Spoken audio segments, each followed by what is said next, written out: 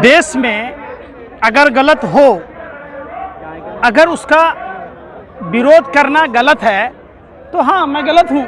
जब गुजरात जो गांधी और पटेल की धरती, जन्मभूमि, कर्मभूमि, जहाँ अवैध शराब का कारोबार होगा और प्रधानमंत्री की चुप्पी होगी, तो हम जैसे देशभक्तों को बोलना ही पड़ेगा। जब ना तुम्हारे नजर में तो सावरकर देशभक्त है, तुम तो गोरे अंग्रेजों के डीएनए वाले लोग हो ना, काले अंग्रेज हो। तुम्हें तो वो पुल, गोरे अंग्रेजों का बनाया हुआ पुल आज तक नहीं गिरा, वो खराब है, वो नहीं दिख रहा है कि वहाँ बारिश की बूंदें नहीं पड़ रही। लेकिन अपने ही समय में 24 घंटे के पानी टेस्टिंग में जब नहर परियोजना ध्वस्त हो गया, ये तो गोरे अंग्रेजों को भी फेल कर दिया इनके दलाल और मुखबिरों ने। अरे भैया, और अपने आप को देशभक्त बने पड़े। सुनो, तुमने रामायण पढ़ा है, तुमने गीता पढ़ा है? गलत को गलत कहना ही सबसे बड़ा धर्म है। सुनो, राम और रावण की राशि एक है क्या? राम से ज्यादा ज्ञानी रावण था, लेकिन रावण ने चूंकि महिला का अपमान किया, इसलिए प्रभु श्री राम ने रावण का वध किया।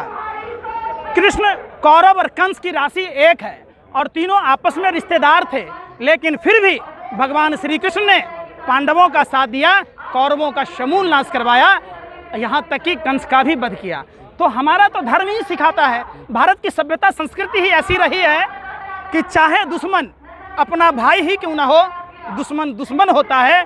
तो जो देश को बर्बाद कर रहा है, जो देश में ड्रग्स रैकेट पर नहीं बोल रहा है, जो देश में बैंक में फ्रॉड करके बैंकों को डुबोने वाला आदमी पर कुछ नहीं बोल रहा है, उसके पैसे माफ कर दे रहा है, तो हमें बोलना ही पड़ेगा। रामायण में जिस तरीके से कालनेमी राक्षस ने भगवा वस्त्र पहनकर हनुमान जी को संजीवनी बूटी लाने से रोकने की कोशिश किया था, ठगने का कोशिश किया, उसी तरीके से प्रधानमंत्री जी ने आंसू बहाकर, घड़ियाली आंसू बहाकर, भगवान का नाम लेकर, गुरु नानक देव जी, राम की बात कर, कबीर साहब की बात कर, जो देश के पालनहार अन्नदाता किसान भाइयों के साथ फ्रॉड और चीटिंग की, तो हम जैसे देश के नागरिकों को सड़कों पर आकर बोलना ही पड़ेगा, विरोध करना ही पड़ेगा। शायद आपको मोदी फीबिया की बीमारी हो गई। कांग्रेस के समय में इंडिया गेट के बोट क्लब तक किसानों को बैठने की व्यवस्था थी, खाना बनाने की व्यवस्था थी, संसद के अंदर तक बैलगाड़ी जाती थी, अटल बिहारी वाजपेयी लेके गए थे। अब अगर माँ का दूध पिए हो, आप ईमानदार पत्रकार हो, तो आप एक बात बताओ कि वहाँ पहुँचा के किसानों को दिखा दो, तो फिर बेतुकी बातें करते हो। वही बात मैं कह रहा हूँ, जब अरे सुन रहे यार, सुन रहे, बाबा महेंद्र सिंह टिकैत उस समय किसानों के नेता थे। उस समय किसानों के आंदोलन 3 दिन से 4 दिन, अरे सुन नहीं रहा यार, मुंह का बबस, कान का भी बबासी रहे, सुनोगे? अरे लैट्रिन खाते हो, सुनने रहे, थथराई करोगे, सुनोगे पहले, अरे सुनोगे? अरे आतंकवादियों से भी गए गुजरे हो, पत्रकार हो, सुनने रहे? अरे क्रॉस क्वेश्चन नहीं है तुम्हारा, अरे सुनने रहा यार, अरे सुनने का पैसा, इसीलिए लतियाए जुतियाए जाओगे श्रीलंका की तरह। सुनो, पहले सुनो, श्रीलंका वाली हालत पैदा मत करो। उस समय की जो सरकारें थी, उस समय जो आंदोलन होते थे, हफ्ता भर से ज्यादा नहीं चलता था, साल भर चलते देखा है। अरे बेशर्मो, राकेश टिकैत को अपनी नौकरी छोड़नी पड़ गई सरकार के। सुन ही नहीं रहा यार, आप वही, आप सच बात, ये क्या है, ये गोदी मीडिया के लोग हैं, गोदी मीडिया होशियार, भारत का बच्चा हो गया पत्रकार, तुम सुन नहीं रहे? अरे मुंह का बवासीर है, सुन नहीं रहा? सवाल पूछा ना, अरे तुमने सवाल पूछा, अभी सरकार में कौन है? अरे यार तुम लोग, अरे सुन तो नहीं रहा?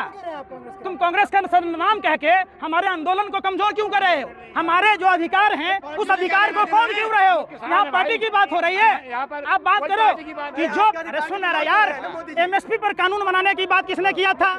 अरे आपको आपके धर्म का वास्ता, आपको आपके पत्रकारिता का वास्ता, जब प्रधानमंत्री मुख्यमंत्री थे, एमएसपी पर कानून बनाने की बात करते थे, किसानों की आय दुगुनी करने की बात हमने कहा था कि नरेंद्र मोदी ने कहा था? बताओ, जब किसानों से उन्होंने कहा कि सभी तरह के केस वापस कर लिए जाएंगे, बिजली का केस, पराली का केस, सभी कर्जे माफ हो जाएंगे, एक बात बताओ, तुम उल्टा क्रॉस क्वेश्चन हमसे कर रहे हो। ऋषि अग्रवाल, मेहुल चौकसी, नीरव मोदी जैसे जो व्यापारिक मित्र थे, जिनके 10 लाख 1000 करोड़ से ज़्यादा माफ़ कर दिए गए, जो सदन में उन्होंने लिखित में कहा, अगर वही 10 लाख 1000 करोड़ रुपया हमारे देश के भगवान अन्नदाता पालनहार किसान भाइयों के माफ़ कर दिए गए होते, तो आज भारत की अर्थव्यवस्था सुचारू रूप से चल रही होती। मुद्रा पोर्ट पर जो प्रधानमंत्री के व्यापारिक मित्र हैं अडानी जी बार बार हेरोइन पकड़ाता है और प्रधानमंत्री उस पर चर्चा नहीं करते हैं तो हमें विरोध करना ही पड़ेगा।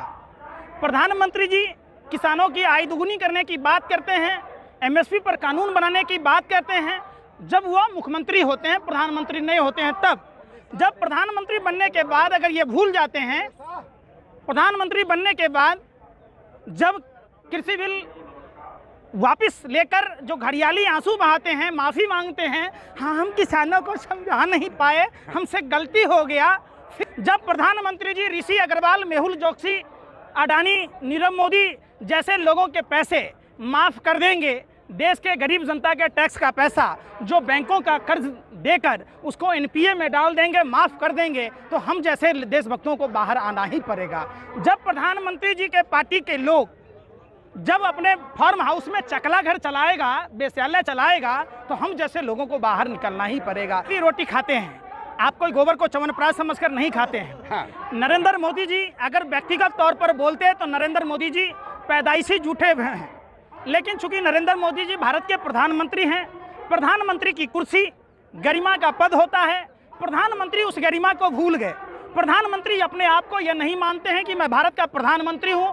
हम जो बोलते हैं, हम जो करते हैं, ये एक आइडियोलॉजी के तौर पर लिया जाता है। दुर्भाग्य की बात है कि हमारे देश का प्रधानमंत्री नरेंद्र मोदी जैसा झूठ बोलने वाला, विश्व का सबसे बड़ा झूठे का सरदार, अगर हिटलर की अंत्येष्टि सही से की गई होती तो देश में झूठर पैदा नहीं होता।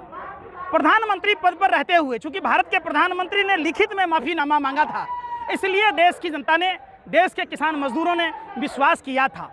और देश के किसानों के बारे में राजनाथ सिंह जी भी कहते थे कि ये धरती के भगवान आए हैं, पता नहीं ये शैतान लोग कहाँ किस बिल में छुपा है। भाजपा के तमाम शैतानों को अपने घरों से, अपने मांद से बाहर निकल कर आना चाहिए, क्योंकि धरती के भगवान आए हैं, अन्नदाता पालनहार, अन्नदाता किसान भाई आए हैं। सोचिए, जिन्हें वो भगवान सत्ता में आने से पहले कहते थे, आज उस भगवान की भाजपा के नेताओं ने क्या दुर्दशा कर दी कि आज हमारे भगवान हमारे सड़कों पर बैठे हैं। पहले आपके बाप दादा कपड़ा नहीं पहनते थे तो तुम काहे के लिए पैंट पहने हो? पहले रोटी का व्यवस्था नहीं था तो रोटी क्यों खाते हो? जाओ जंगली जानवरों के शिकार करो। बेतुका सवाल नहीं करते।